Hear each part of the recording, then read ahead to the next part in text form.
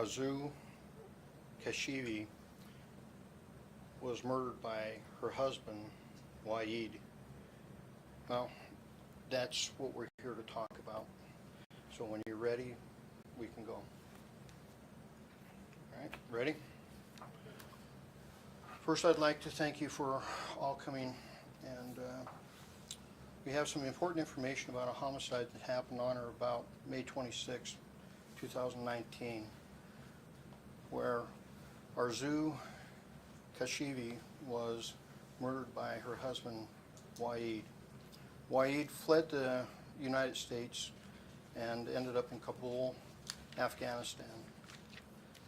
Due to a lot of work on a lot of people's part, from the Department of Justice, the FBI, DOD,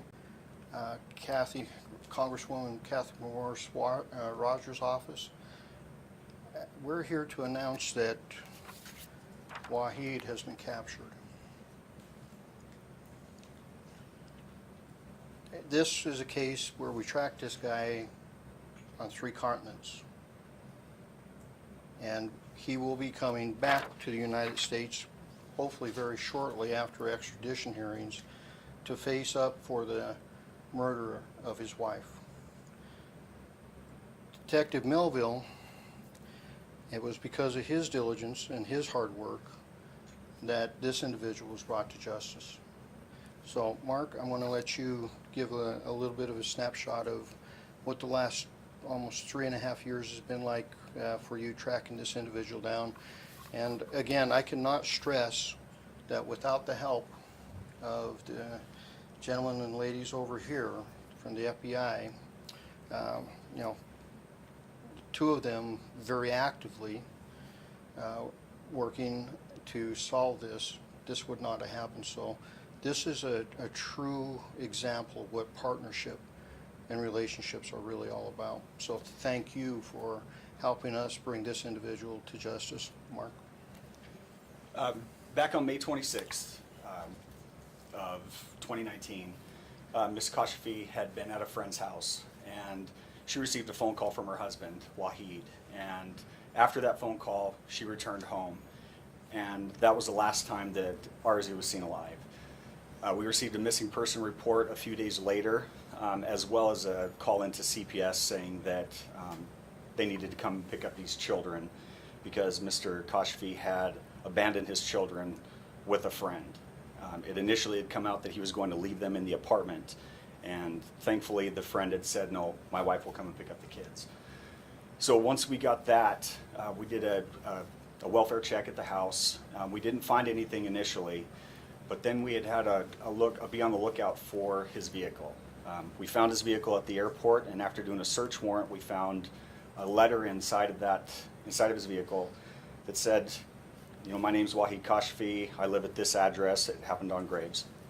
I live at this address. Here's the number, or here's the code to my phone.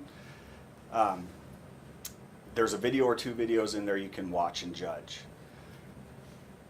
We took that very seriously. We did a search warrant on the apartment, believing that there's potentially a way that he had been able to hide her or secrete her someplace that she was unable to get help. During that search warrant, we found Arezu's body in the freezer. She was hidden underneath the false bottom of the freezer, had food and things like that on top of her. One of our intelligence analysts was able to get in touch with Homeland Security.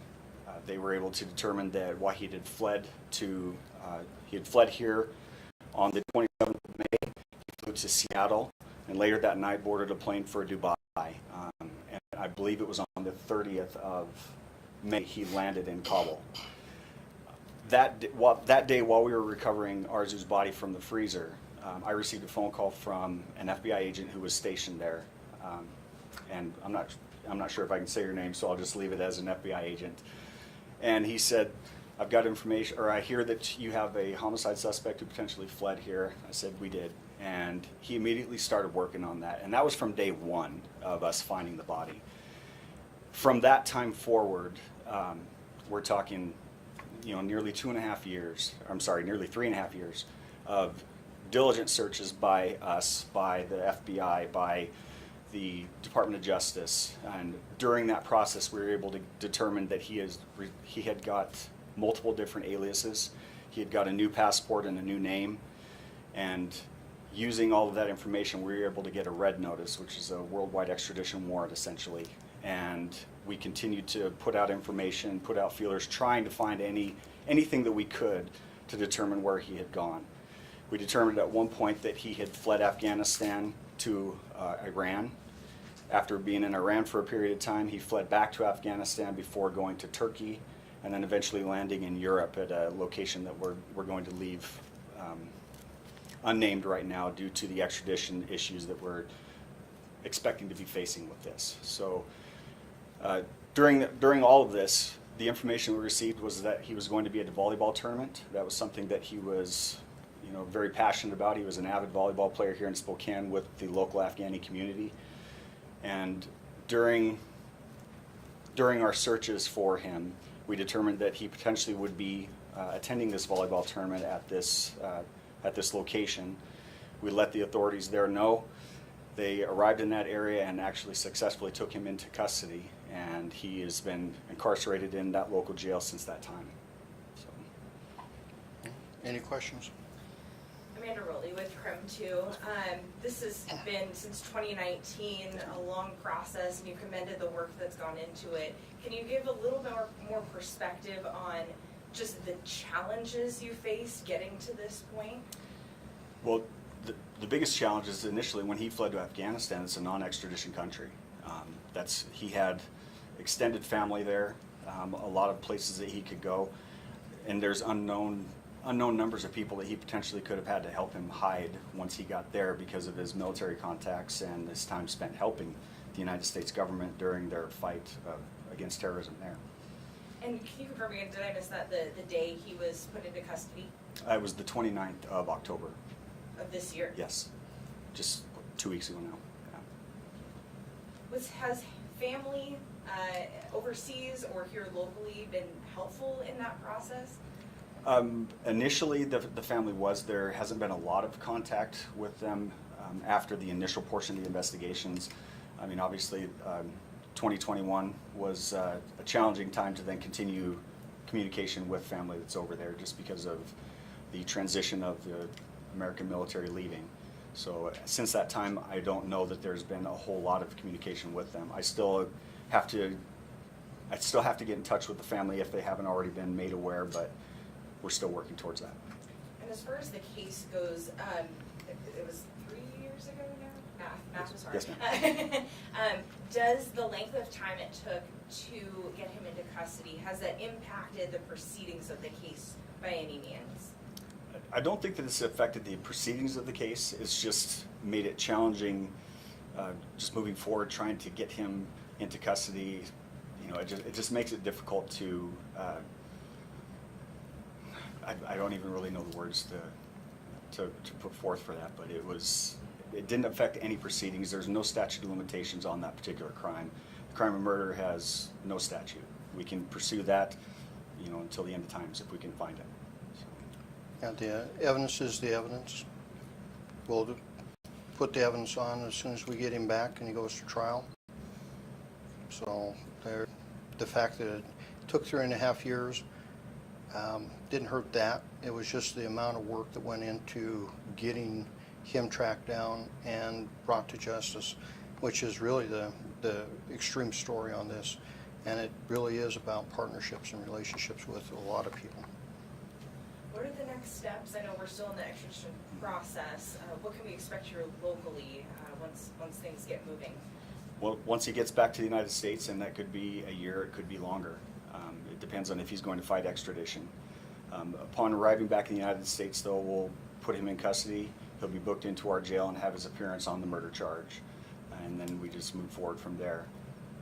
Is there any indication that there are any other suspects? I know this is a long time coming, but have any other suspects emerged? The video that I alluded to, I did find it after doing a search warrant on on one of his accounts, and it speaks for itself. There's no other suspects out there. It is only Mr. Kashify that we looked at after finding that video. Can you tell us what?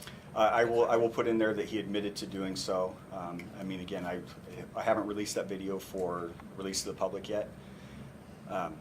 But he admitted to the homicide. He gave a full confession as to why he did it, and it's very telling. That note, though, I mean, is there any reason to believe he was coerced into filming this video, admitting himself? Based on what I saw in the video, absolutely not. Again, once it gets released, and I hate to dangle that carrot in front of you, but once the video gets released, you'll understand why the note was written. He alluded to some actions that he was potentially going to take, and I'll leave it at that. Any other questions? Can I just ask real quick, was he traveling across different countries eluding authorities? I don't know if that's something you can answer or not, but... I don't think that he was. I think that he felt that he was going to get away with it and be able to live free, just not in the United States.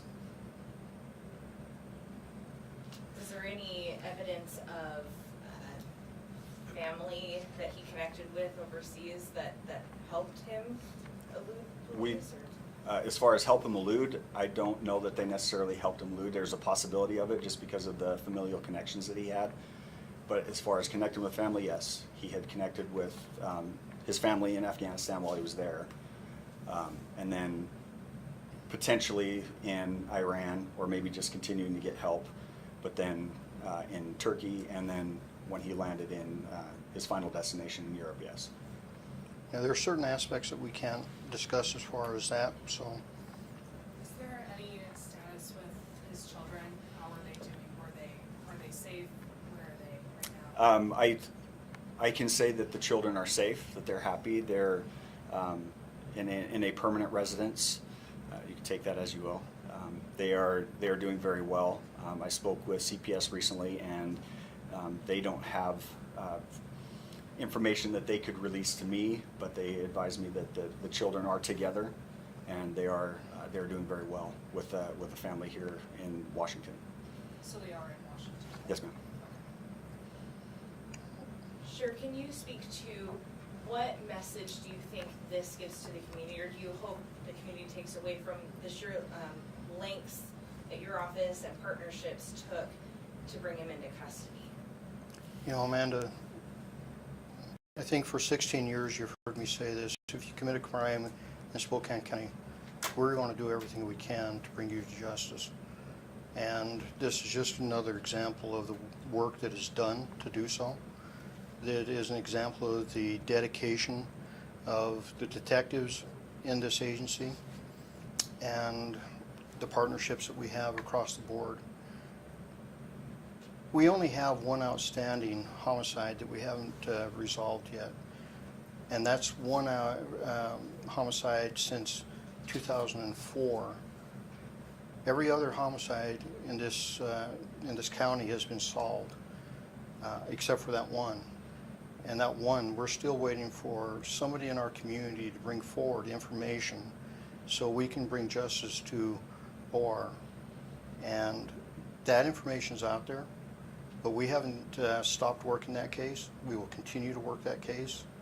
And like I said, we will go through every hoop and go to any lengths to bring you to justice if you commit a crime in this county.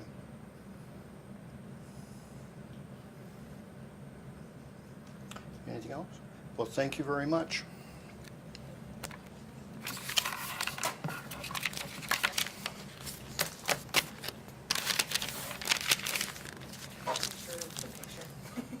Could I get a picture of the picture? Or is that gonna get emailed out maybe? I don't know if Mark's emailing that out. Are you going to email that out? Yes. Do you mind if I just take a quick National press release, I'll also do a timeline.